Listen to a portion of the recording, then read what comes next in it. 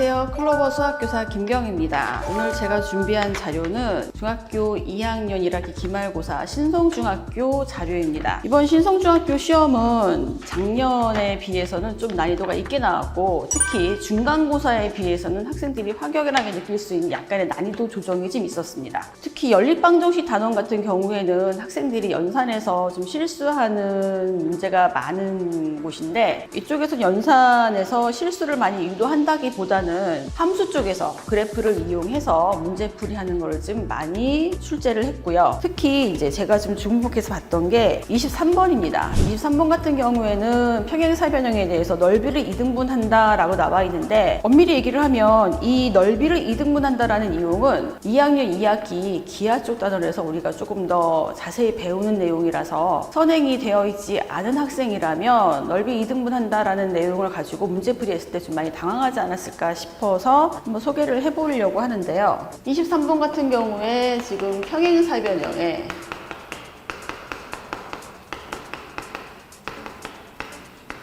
넓이를 이등분한다 라고 나와 있습니다. 평행사변형 이하의 모든 도형들, 즉 평행사변형에 포함이 되는 정사각형, 직사각형, 마름모 이 모든 도형들은 주어진 도형에서 대각선과 대각선의 교점을 지나는 직선은 항상 넓이를 이등분한다라는 고정의 이론이 있어요. 자, 근데 이게 실질적으로 이제 교과 과정도 그렇고 저희가 가르치는 과정도 그렇고 다 중학교 2학년 2학기 도형의 사각형의 성질에서 나오는 이론이라서 이 주어진 중점을 잡아서 이렇게 지나가는 직선이든 이렇게 지나가는 직선이든 어떻게 지나가든 간에 모든 이 직선은 다 넓이를 이등분하게 됩니다. 특히나 이 이론도 어렵지만 주어진 두 개의 점좌표 A 2,10과 C에 대한 4,0에 대해서 A하고 C의 중점좌표를 갖다 구하는 과정을 배우지 않은 학생들은 여기서 또 두 번째의 어떤 어려움이 있지 않았을까라는 생각이 들어서요.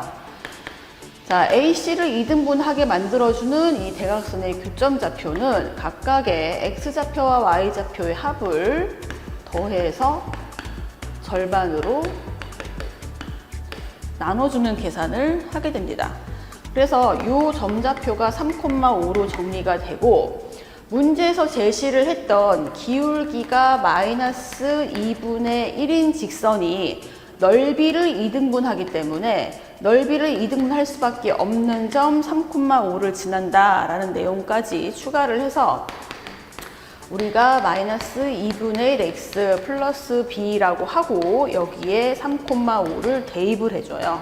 그럼 대입을 해주고 난 후 연산을 바르게 하고 나면 b의 값은 2분의 13이 나오고 b가 바로 y절편의 역할을 하게 되어서 문제에서 원하는 답은 바로 4번이 됩니다.